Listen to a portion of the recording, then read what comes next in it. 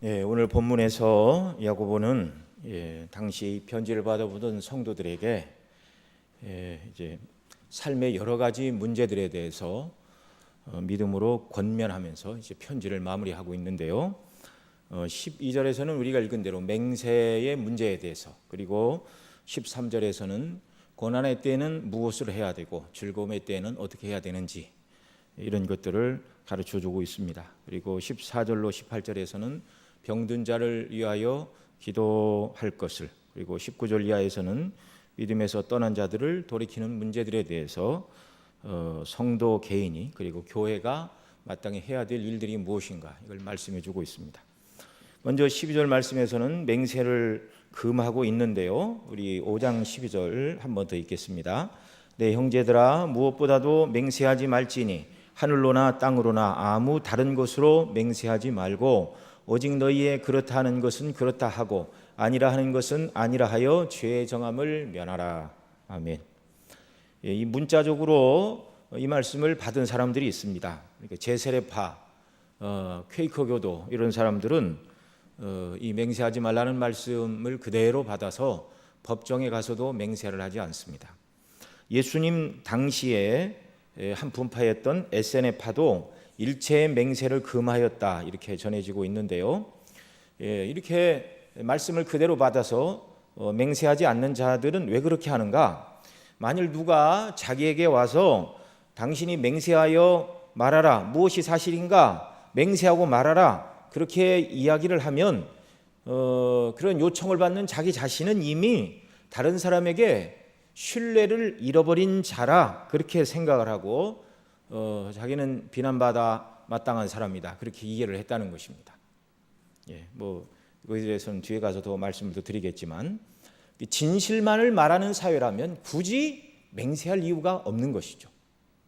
야고보가 맹세하지 말라고 가르치고 있는 것은 산상수훈에서 주님이 가르쳐 주신 말씀의 연장선상에서 주어진 것입니다. 마태복음 5장 33절 이하에 주님은 이렇게 가르치셨어요. 옛사람에게 말한 바 헛맹세를 하지 말고 내 맹세한 것을 지키라 하였다는 것을 너희가 들었으나, 그러니까 구약에는 어떻게 했다고요? 맹세를 하기는 하되 헛된 맹세는 하지 말고 맹세를 했으면 반드시 지켜야 된다. 주 앞에서 지켜야 된다. 들었으나 나는 너희에게 이르노니 도무지 맹세하지 말라. 하늘로도 말라. 하나님의 보좌이며 땅으로도 말라. 이는 하나님의 발등상이며 예루살렘으로도 말라. 이는 큰 임금의 성이며 내 머리로도 하지 말라. 이는 내가 한터럭도 희고 검게 할 수 없음이라. 오직 너희 말은 옳다 옳다. 옳은 것에 대해서는 옳다. 아니라 아니라 하라. 아닌 것은 아니라 아니라 하라. 이에서 지나는 것은 악으로 쫓아나느니라. 이게 주님의 말씀이었습니다. 유대인들은 자기가 옳다는 것, 자기 주장이 맞다는 것을 증명하기 위하여 맹세하는 것을 좋아했는데요. 10계명의 세 번째 계명도 헛된 맹세를 금하는 것이죠. 여호와 이름을 망령되이 일컫지 말라. 레위기 19장 12절에서는 이렇게 말합니다. 너희는 내 이름으로 거짓 맹세함으로 내 하나님의 이름을 욕되게 하지 말라. 나는 여호와니라. 그러니까 어떤 경우에든지 하나님의 이름을 걸고 맹세하는 일은 하지 말아야 된다. 이렇게 가르치고 있습니다. 특별히 내 이름으로 거짓 맹세함으로 내 하나님의 이름을 욕되게 하지 말라. 그러니까 아무리 위기요 급한 상황이라 할지라도 거짓말을 하면서 주님의 이름으로 맹세를 하는 일은 합당하지 않다는 것입니다. 자, 이런 말씀에 비추어 보면 유대인들은 맹세하는 것을 좋아했는데 하나님의 이름으로 이제 맹세를 하면 그들은 반드시 지켜야 된다. 왜냐하면 하나님의 이름으로 맹세했기 때문에 하나님이 들으시고 또 하나님 앞에 서원한 것은 하나님이 반드시 그 결과물을 기대하고 계시니 하나님의 이름으로 맹세하거나 서원한 것을 지키지 않으면 하나님 앞에 죄를 짓게 되고 벌을 받게 될 것이다. 그렇게 생각을 했습니다. 그러나 하나님의 이름이 빠진 상태로 맹세를 한 것에 대해서는 지키지 않아도 된다. 이게 이제 예수님 당시의 사람들이 가지고 있던 생각이었습니다. 그래서 주님께서 옛사람에게 말한 바 거짓 맹세하지 말고 맹세한 바는 주 앞에서 지키라 하였거니와 나는 너희에게 말하노니 도무지 맹세하지 말라. 라고 말씀하신 이유가 여기 있죠. 하늘로나 땅으로나 맹세하지 말라. 하나님의 이름이 들어가지 않았다면 하늘이나 땅을 가지고 맹세했다 할지라도 지키지 않아도 된다. 이렇게 잘못 생각하는 사람들이 있었습니다. 유대인들의 약한 관습을 너무 잘하신 주님은 하늘로도 맹세하지 말라. 하늘은 하나님의 보좌요. 땅으로도 맹세하지 말라. 땅은 하나님의 발등상이니라. 이렇게 말씀하신 것이죠. 그러니까 주님이 맹세하지 말라고 말씀하신 것은 헛된 맹세를 하지 말라는 것입니다. 사람이 늘 진실만을 말한다면 맹세할 이유가 없는 것이죠. 맹세코 단언코 이름을 걸고 내가 하는 말은 틀림없다. 그런 소리를 많이 하면 많이 할수록 다른 때는 거짓말을 많이 하고 있다는 반증인 것이죠. 그러면 오늘날 그리스도인들은 어떤 종류의 맹세도 하지 말아야 되는가? 그렇지 않습니다. 법정에 가서 사실만을 말할 것을 서약하고 이 법관 앞에 증인의 역할을 해야 된다면 그런 일을 해야 하는 것이죠. 그것이 맞는 것은 맞고 틀린 것은 틀리다라고 말하라고 하신 주님의 교훈과 어울리는 그런 행동입니다. 여러분, 우리가 맹세를 안 하는 것 같아도 맹세를 많이 합니다. 결혼하신 분들은 한평생 신랑과 신부로서 남편은 아내에 대하여, 아내는 남편에 대하여 대의와 정절을 지키고 하나님 앞에서 의무를 다할 것을 서약합니까? 이렇게 말할 때 네라고 대답을 하죠. 그게 바로 맹세입니다. 경제적인 문제에 있어서도 계약서에 서명을 한 거나 인감으로 도장을 찍음으로 이것이 맹세하는 행위죠. 무효로 돌아가지 못하게 하는 것입니다. 사도행전 18장에 보면 바울도 서원한 바가 있어 머리를 깎았습니다. 성도가 행한 모든 말은 하나님의 자녀로서 하나님 앞에서 행해진 것이기 때문에 모든 말은 다 진실한 말이어야 합니다. 이것이 거짓 증거하지 말라는 9번째 계명의 정신과도 부합한 그런 일이죠. 여러분, 정직한 사회에서는 맹세가 필요 없습니다. 야고보가 맹세하지 말라고 한 것은 사실이 아님에도 하나님의 이름으로 맹세하는 그런 잘못된 일, 또 사실이 아님에도 하나님의 이름은 아니라 할지라도 다른 것을 가지고 이기적인 자기의 욕구를 만족시키려고 하는 그런 헛된 맹세를 하지 말라는 것입니다. 의심스럽고 불확실한 것들을 확증하게 하여 확실하고 위대한 것에 이름을 걸어 맹세하고 약속하지 말라는 것이죠. 자신의 거짓과 죄악을 진실과 의로운 것으로 바꾸려고 헛된 맹세를 하지 말라는 것입니다. 성경이 맹세에 대하여 가르치는 것은 이기적인 야심을 충족하기 위하여 거짓 맹세, 잘못된 맹세를 금하고 있는 것이죠. 오직 성도들은 어떤 경우에도 맹세가 불필요할 만큼 신실하고 바르게 살아서 맹세가 전혀 필요 없는 사람들이라는 그런 명예로운 평가를 저와 여러분이 받아야 되는 줄로 믿습니다. 이게 믿지 않는 사람들에게 저 사람의 말이라면, 중심교회 출석하는 저 집사님의 얘기라면 그건 뭐 앞뒤를 따져볼 것도 없이 다 믿을 만한 이야기다라는 그런 평판을 우리가 받아야 되는 것이죠.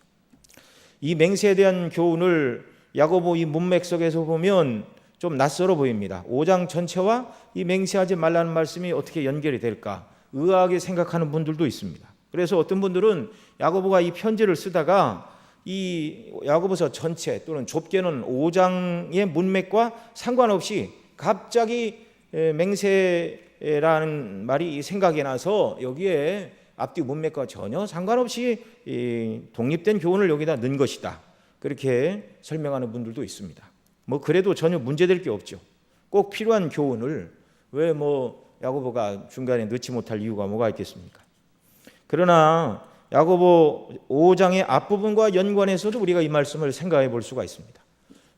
우리 앞 시간까지 살펴본 바에 의하면 야고보 5장 1절로 11절까지는 부자들의 악행과 그 부자들의 악행으로 인하여 고난당하는 가난한 성도들이 거기 등장하고 있죠.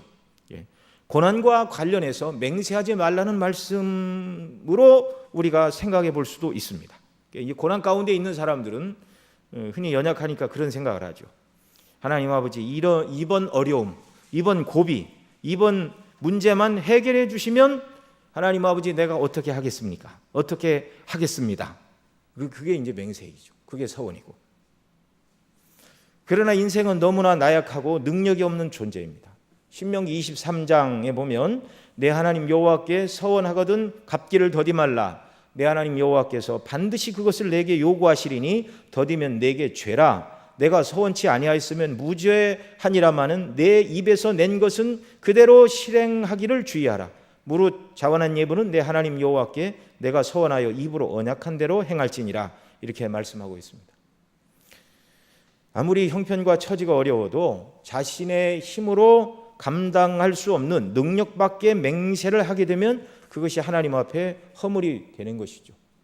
주님의 가르침처럼 우리는 맹세하지 말아야 되는데 우리 스스로의 힘으로 머리털 하나도 희게 하고 검게 할 수 없습니다. 그런 얘기를 들으면 아이들은 염색하면 되죠. 염색한다고 해서 속까지 변하는 게 아닙니다. 정말 능력이 없는 것이 인생입니다. 또 5장 6절에 보면 악한 부자들을 향하여 너희가 옳은 자를 정죄하였도다 죽였도다 그는 너희에게 대항하지 아니하였느니라 이렇게 말하였는데요. 부자들이 가난한 자들을 착취하고 또 그들을 정죄하기 위하여 법정에서 거짓 증인을 매수할 수 있고 거짓 맹세를 시키는 그런 일이 있었죠. 자, 이런 억울한 꼴을 보면 이 고통당하고 억울한 일을 당한 가난한 자들이 저런 식으로 나오면 나도 방법이 있지. 나만 뭐 당하라는 법이 있나. 얼마든지 자신들이 당한 모함을 뒤집기 위하여 난처한 경우를 면하기 위하여 당한 일에 대하여 분풀이를 하기 위하여 법정에서 거짓 맹세를 할 수도 있게 되는 것이죠. 이런 함정들에 빠지지 말라는 것입니다. 성도는 복음에 합당한 삶의 목적을 가져야 되고 그것을 이루는 방편도 복음에 합당한 것이어야 합니다. 목적도 과정도. 그것이 잘못되면 허물이 되는 것이죠. 공산주의가 목적은 아무리 좋아도 방법이 잘못되었습니다. 그래서 우리는 항상 진리와 진실만을 말하는 자들이 되어야 합니다. 우리가 서로 진실을 말한다면 서로에게 신뢰를 보정하기 위하여 맹세할 필요가 없는 것이죠. 내 말의 신뢰성을 담보하기 위하여 맹세가 필요하다면 다른 말로 바꾸면 맹세하지 않는 때에는 믿을 만하지 못하다는 것을 반대로 드러내는 것이죠. 저와 여러분은 항상 일관되게 사실을 말하고 진리를 말함으로 맹세가 불필요한 사람이 되어야 할 줄로 믿습니다. 특별히 세상 가운데서 맹세가 필요한 시대는 거짓이 난무하는 시대요. 맹세가 필요한 사람은 거짓말을 자주 하는 사람이라는 말입니다. 그리스도 안에 있는 저와 여러분은 항상 사실과 진실, 진리만을 말함으로 다른 사람이 우리를 향하여 맹세할 수 있습니까? 그런 말을 하지 않도록 살아야 된다는 것이죠. 그리스도인인 저와 여러분에게 누가 와서 그 말 맹세할 수 있습니까? 이렇게 말한다면 이미 그리스도인으로서 정말 명예의 먹칠을 당하고 있는 거라는 사실을 믿어야 됩니다. 더더욱이 누가 목사인 저에게 와서 하나님의 이름으로 그 사실을 맹세할 수 있느냐 이렇게 묻는다면 저는 정말로 신뢰할 수 없는 사람이라는 낙인이 찍힌 것이죠. 정말 우리가 말하는 일에 조심해야 됩니다. 그러나 우리를 잘 알지 못하는 사람들이 우리 말의 진실을 담보하기 위하여 보증이 필요한 경우가 있죠. 앞서 말한 법정에서 증인으로 나갔을 경우 법관들은 사실만을 말할 것을 맹세하라고 말할 때 그런 요청에는 응해야 하는 것입니다. 법정에 나가서 성경에 맹세하지 말라고 했으니까 나는 맹세하지 않습니다. 이렇게 말하는 건 이 정신과 어울리지 않는 것이죠. 우리 주님도 재판을 받으실 때 맹세하여 말하라는 말에 명백하게 대답을 하셨습니다. 마태복음 23장 63절에 보면 대제사장이 이렇게 말합니다. 내가 너로 살아계신 하나님께 맹세하게 하노니 내가 하나님의 아들 그리스도인지 우리에게 말하라. 여기 대제사장이 예수님께 맹세시키면서 하나님의 아들 그리스도인지 명백히 우리에게 말하라. 이 말에 대하여 우리 주님은 나는 맹세 같은 것은 하지 않는다. 그렇게 대답하지 않으셨습니다. 대제사장이 맹세하게 하노니 하나님의 아들 그리스도인지 우리에게 말하라라는 요청에 주님이 말씀하십니다. 예수께서 가라사대 내가 말하였느니라. 그러나 내가 너에게 이르노니 이후에 인자가 권능의 우편에 앉는 것과 하늘 구름을 타고 오는 것을 너희가 보리라. 우리 주님은 재판 자리에서 맹세하여 말하라는 요청에 명백하게 내가 말하였느니라. 내가 하나님의 아들 그리스도라고 명백하게 대답하셨습니다. 저와 여러분은 항상 사소한 대화든 법정에서든 사실만을 말해야 하는 것이죠. 고난의 때에 성도는 사실이 아닌 것으로 맹세를 하여 위기를 벗어나거나 또는 하나님 앞에 서원함으로 문제를 해결하려 하지 말고 기도해야 하는 것이죠. 그런 고난과 어려움의 때는 기도해야 하는 때입니다. 그래서 맹세하지 말라 그 말을 하고 그 다음 13절에 바로 이어서 뭐라고 말씀하는가요? 13절 같이 읽습니다. 너희 중에 고난당하는 자가 있느냐? 저는 기도할 것이요 즐거워하는 자가 있느냐? 저는 찬송할지니라. 아멘. 이 11절까지도 부자들의 압제 밑에서 고통당하는 성도들의 고난에 대해서 쭉 말하고 있죠. 여기 13절도 역시 고난의 문제를 말하고 있고 그 사이 12절에서 고난받을 때 맹세하지 말라 그 교훈이 지금 들어가 있고 다시 고난의 때 성도가 마땅히 해야 될 바가 무엇인가 이걸 가르치고 있죠. 기도하라고 말씀하고 있습니다. 고난의 때는 기도하고 즐거움의 때에는 찬송하라. 인생은 고난과 즐거움의 연속입니다. 늘 고난만 있는 것도 아니고 늘 즐거움만 있는 것도 아니고 하나님께서 저와 여러분의 인생살이에 고난과 즐거움이 시줄과 날줄처럼 우리 인생의 시간을 엮어나가도록 그렇게 계획하셨음을 믿으시기 바랍니다. 자, 일반적으로 환경만 바라본다면 즐거움보다는 고난이 많은 것이 인생이다. 믿음으로 우리에게 베푸신 하나님의 은혜와 구원을 바라보면 감사할 것뿐이지만 믿음의 눈이 아닌 육신의 눈으로 환경만 바라보면 나는 고난이 끊이질 않는구나. 누구나 이렇게 말하게 되는 것입니다. 그러니까 이 영적인 태도에 따라서 그 사람이 처한 환경 여부에 상관없이 환경 자체를 영적인 상태에 따라서 고난으로 받을 수도 있고 즐거움으로 받을 수도 있고 이게 매우 다른 것이죠. 사도 바울이 그런 사람이었습니다. 그는 빌립보에서 전도를 하다가 감옥에 갇혔을 때 그냥 갇힌 게 아니라 매를 맞고서 옥에 갇혔습니다. 나중에 간수가 바울을 데려다가 그 몸을 씻겼죠. 맞아가지고 피 흘린 상처를 씻겨준 것입니다. 그런데 그 감옥에서 무엇했죠? 찬송하고 기도했습니다. 그 감옥에서 원망하고 슬퍼했다면 찬송하고 기도할 수 없죠. 찬송하고 기도했다 그 말은 하나님 앞에 감사했다는 것입니다. 뿐만 아니라 로마 감옥에서 빌립보 교회 성도들에게 편지를 쓰면서도 그렇게 말합니다. 내가 감옥에 갇힘으로 어떤 사람은 염려하여 복음을 열심히 증거하고 또 어떤 사람은 나의 매임에 고난을 더할 줄로 좋지 않은 마음으로 복음을 증거하는 사람이 있다. 그러나 이렇게 하든 저렇게 하든 전파되는 것은 그리스도니 나는 감옥에 있지만 전파되는 것이 그리스도니 나는 기뻐하고 또 기뻐한다. 여러분 감옥이 기뻐할 만한 곳입니까? 감사할 만한 곳입니까? 그렇지 않죠. 환경 자체만 보면 왜 하나님이 나에게는 복음을 증거하게 하셨으면 힘들지 않게 하시고 필요한 모든 것을 잘 공급해 주시고 어려움이 와도 막아주셔야지 감옥에 갇히다니 이게 무슨 일인가. 믿음이 없으면 원망할 수밖에 없죠. 그러나 사도는 빌립보에서 감옥에 갇혔을 때 그리스도를 위하여 매를 맞고 감옥에 갇히는 영광을 허락하시다니요. 그것이 기도하며 찬송할 수 있었던 기쁨의 이유였습니다. 로마 감옥에 갇혔을 때에도 누가 사도 바울이 갇혔으니 자기가 경쟁하는 마음으로 복음을 증거하지만 그러나 전파되는 것이 그리스도니 나는 기뻐한다. 주님 바라볼 때 고난 속에서도 사도 바울의 마음에는 평강이 임하였고 고난 가운데 기도하고 기도할 때 은혜 주시니 즐거워하며 찬송할 수가 있었습니다. 이와 마찬가지로 저와 여러분의 고난의 때에도 무엇을 해야 된다고요? 기도해야 할 줄로 믿습니다. 오늘 본문 13절 상반절이 말하는 것처럼 너희 중에 고난당하는 자가 있느냐? 저는 기도할 것이요. 하나님의 말씀입니다. 고난이라 함은 육체의 질병과 슬픔뿐만 아니라 어려운 궁지에 놓이게 되는 것을 말하는데, 육체적인 고통뿐만 아니라 정신적으로 당하는 모든 고통이 다 고난입니다. 우리 앞에 왜 고난이 오는가? 간단하게 세 가지 이유로 우리가 생각해 볼 수 있죠.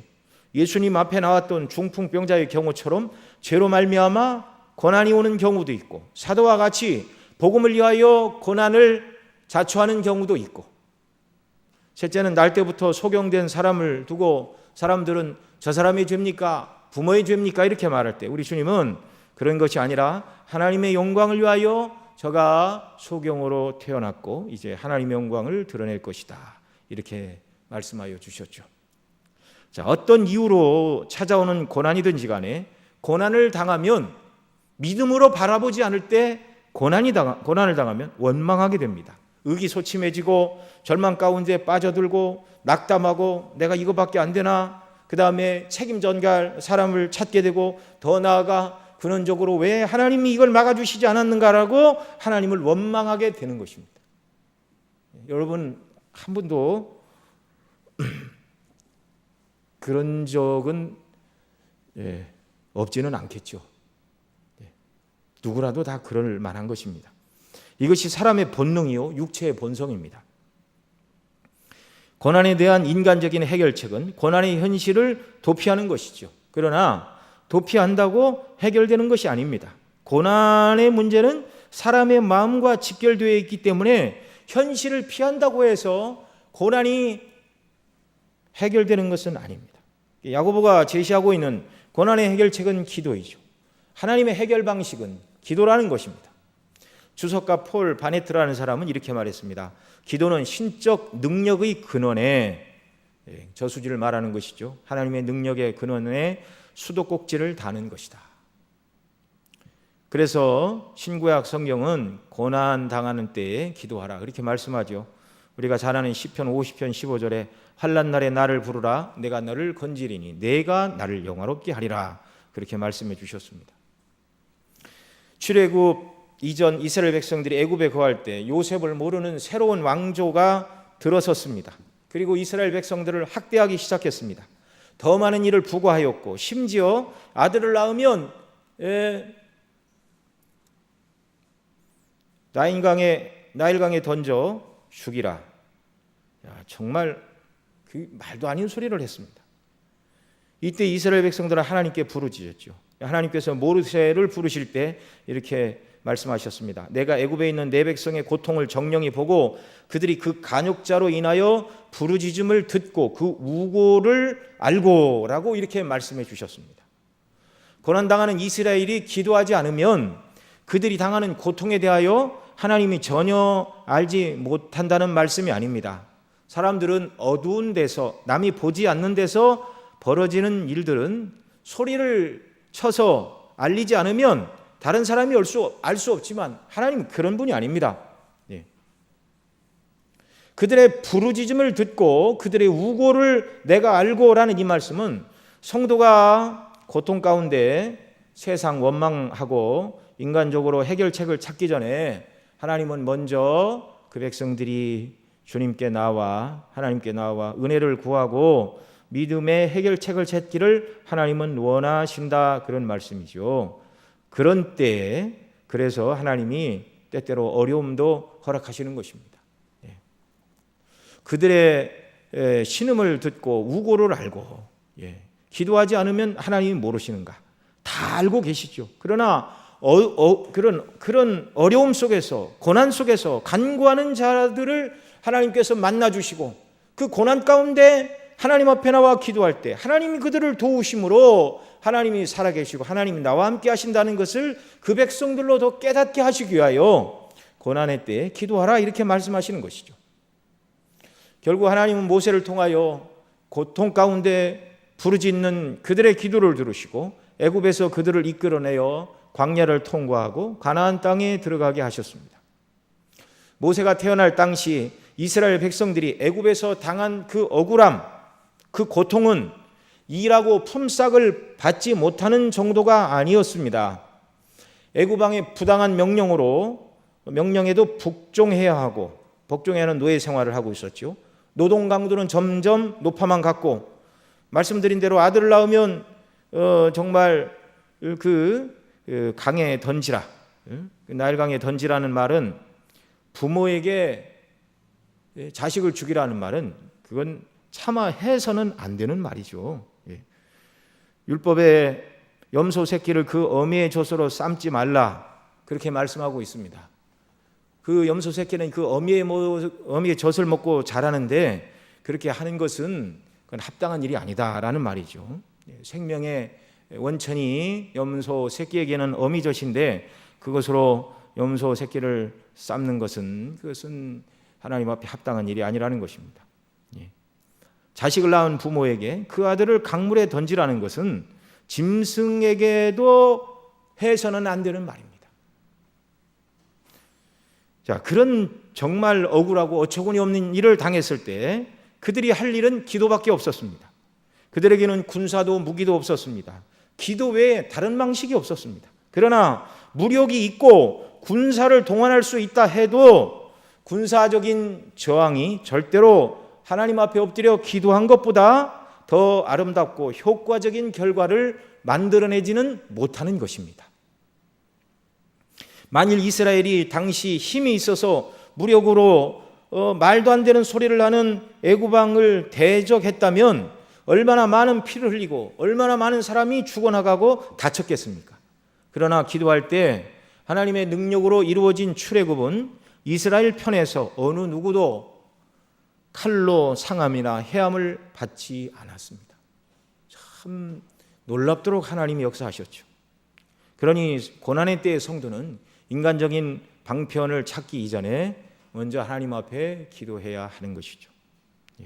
이런 역사가 저와 여러분의 삶의 여정 가운데 계속되기를 바랍니다. 고난은 기도하는 자에게는 넘어지게 하는 걸림돌이 아니라 하나님의 은혜를 간구하게 하고 믿음으로 더 나아가게 하는 믿음의 디딤돌이 되는 것이죠. 그러니 고난의 때에 낙심하지 말고 이것은 나의 영적 성숙을 위하여 하나님께서 주신 성장의 방편이라 믿음으로 생각하고 믿음으로 결단하고 오직 전능하신 아버지 하나님께 그리스도의 이름으로 나아가 기도해야 하는 것입니다.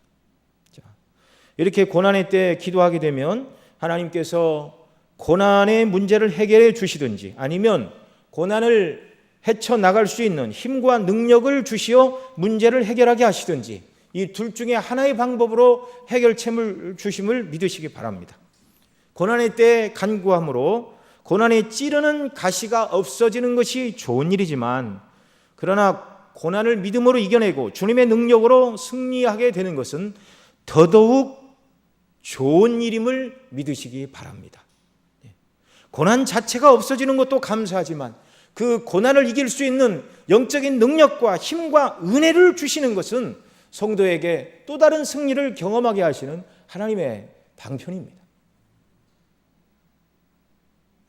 기도한 대로 많은 응답을 받은 사람이 사도 바울이었지만 육체의 가시를 제거해 달라는 기도에 대해서는 하나님께서 응답하지 않으셨습니다. 그가 3번 간절히 하나님께 기도했지만 그렇게 말하는데요. 어떤 분은 그 3번 기도했다는 말을 유대인들의 관습법에 따라서 40일씩 기간을 정하고 3번 기도했다 이렇게 설명하는 분들도 있습니다. 그러나 주님은 사도 바울에게 내 은혜가 내게 족하다 이는 내 능력이 약한 데서 온전하여 짐이라 이렇게 대답하여 주셨습니다. 그리고 사도가 이어서 말하죠. 이러므로 도리어 크게 기뻐함으로 나의 여러 약한 것들에 대하여 자랑하리니 이는 그리스도의 능력으로 내게 머물게 하려 함이라.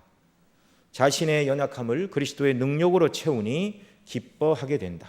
육체의 가시는 제하여지지 않았지만 그리스도의 능력이 함께하니 모든 것을 이겨내고 도리어 육체의 가시를 인하여 하나님 앞에 기뻐할 수 있다. 그러니 여러분 우리를 고통스럽게 하는 문제가 있다면 그 문제를 가지고 기도해야 됩니다. 어느 때까지요? 하나님께서 문제를 해결해 주시든지 고난을 등이 감당할 수 있는 힘과 은혜를 주실 때까지 쉬지 말고 기도하는 역사가 우리에게 있기를 바랍니다. 이렇게 고난의 때에 믿음의 사람들은 인간적인 복수나 또 그들을 저주하거나 원수를 망하게 하기 위해서 하나님 앞에서 잘못된 서원을 할 일이 아니라 기도해야 한다고 야고보는 가르치고 있는 것입니다. 기도하는 자에게 악을 선으로 바꿔주시는 주님의 은혜와 능력을 맛보며 누리는 저와 여러분이 되어야 하겠습니다. 자, 이렇게 고난의 때에 기도함으로 그런 은혜를 받았다면 그런 사람은 어떻게 해야 되죠? 하나님을 찬양해야 됩니다. 이제 13절 하반절의 말씀이죠. 즐거워하는 자가 있느냐? 저는 찬송할지니라. 어떤 경우든 우리에게 하나님이 승리를 주시고 즐거움을 주시고 은혜를 주실 때는 저와 여러분의 찬송할 때입니다. 여러분 고난의 때에 기도했다면 고난이 바뀌어 즐거움이 되게 하신 때에는 역시 하나님을 찬송해야 된다, 이렇게 말하고 있습니다. 고난의 때에는 기도하여 하나님 은혜를 주셨는데 즐거움의 때가 되니 하나님을 잃어버리고 자신이 잘나서 즐거움이 찾아온 줄 착각하는 것은 그건 바른 믿음의 자세가 아닌 것이죠. 고난의 때에 기도하고 즐거움의 때에 찬송함으로 우리는 우리의 모든 시간, 모든 순간을 주님과 함께하는 사람이라는 것을 증명하고 드러내야 하는 것이죠. 하나님께서 그리스도 안에서 저와 여러분을 구원하여 주신 것은 구원받고 예수님 믿음으로 의롭다함을 받고 천국 백성이 되어 지옥 가지 않으니 이 세상을 이제 내 중심, 내가 원하는 대로 살라는 것이 아니라 구원에 합당한 하나님의 백성, 하나님의 자녀로 주님과 함께 주의 뜻과 영광을 위하여 드러내는 사람으로 살라고 저와 여러분을 구원해 주신 것이죠. 이 놀라운 구원의 은혜를 받은 자답게 어떤 고난이 온다 할지라도 낙망하고 좌절하지 말고 하나님 앞에 기도해야 되고요. 또 하나님께서 은혜를 주시고 우리에게 즐거움을 주시고 승리케 하시는 그 순간에도 그 모든 것이 내 힘과 능력으로 된 것이 아님을 알고 하나님이 주신 은혜인 줄 알고 하나님을 찬송하고 영광을 돌려야 마땅한 것이죠. 그러나 그 모든 궁극적인 찬송의 이유는 오직 하나입니다. 그리스도 안에서 죄인된 저와 여러분을 하나님 아버지께서 아들을 통하여 구원하셨고 우리 주님은 십자가에서 자신을 내어주셨고 성령님의 역사로 말미암아 이 놀라운 복음을 듣고 믿고 구원 얻도록 하신 그 은혜의 영광을 늘 찬미하며 살아야 되는 것, 이것이 저와 여러분의 찬송의 궁극적인 이유인 줄 믿습니다. 즐거움이 와야만 찬송한다, 그 환경적으로 즐거움이 와야 된다, 그렇게 말할 일이 아니라 저와 여러분은 날마다 그리스도 안에서 영적인 즐거움, 구원의 즐거움을 인하여 어떤 환경에서도 찬송하고, 그러니 그리스도인은 고난의 때에도 동시에 구원의 은혜를 인하여 즐거워하며 찬송할 수 있는 자이죠. 이런 은혜를 저희들이 받았습니다. 그러니까 정말 예수님 피로 우리를 사하여 주시고 아무런 공로도 없는 자들을 왜 구원해 주셨는가? 왜 구원해 주셨는가? 구원받은 자들로서 하나님의 그 놀라운 구속의 은혜와 영광을 좋을 때나 나쁠 때나 드러내고 나타내고 항상 주님을 의지하고 믿음으로 살아가는 그런 사람들이 되어 정말 구원해 주신 주의 이름을 높이며 날마다 주와 동행하며 정말 우리 주일날 주기도문을 배우는 대로 하나님의 거룩하신 이름과 그 나라와 뜻을 위해서 살아가는 구원에 합당한 성도들로 저와 여러분 모두가 견고히 서는 은혜 하나님께서 더하여 주시기를 바랍니다. 기도하시겠습니다. 사랑하시는 아버지 하나님, 그리스도 안에서 저희들에게 베풀어 주신 은혜 날마다 기억하고 즐거워하며 감사하게 하여 주옵소서. 또 때때로 어려움과 고난이 올 때 인간적인 복수나 인간적인 방편을 찾기보다 하나님 앞에 엎드려 기도하는 저희들 되게 하여 주옵소서. 인간적인 방편보다 기도함으로 하나님이 주시는 문제 해결이 비교할 수 없이 천배 만배 더 아름답고 확실하고 영광스럽다는 것을 저희들이 믿게 하시고 의심하지 말게 하시고 주님만 바라보는 저희들 되게 하여 주옵소서. 항상 구원받은 백성으로서 누구를 만나 어떤 대화를 하든지 사실과 진실에 기초한 말을 하는 신뢰가 충만한 그리스도인들로 또한 이 땅을 살아가며 주의 이름을 높이게 하여 주옵소서. 우리 구주 예수님의 이름으로 기도드리옵나이다.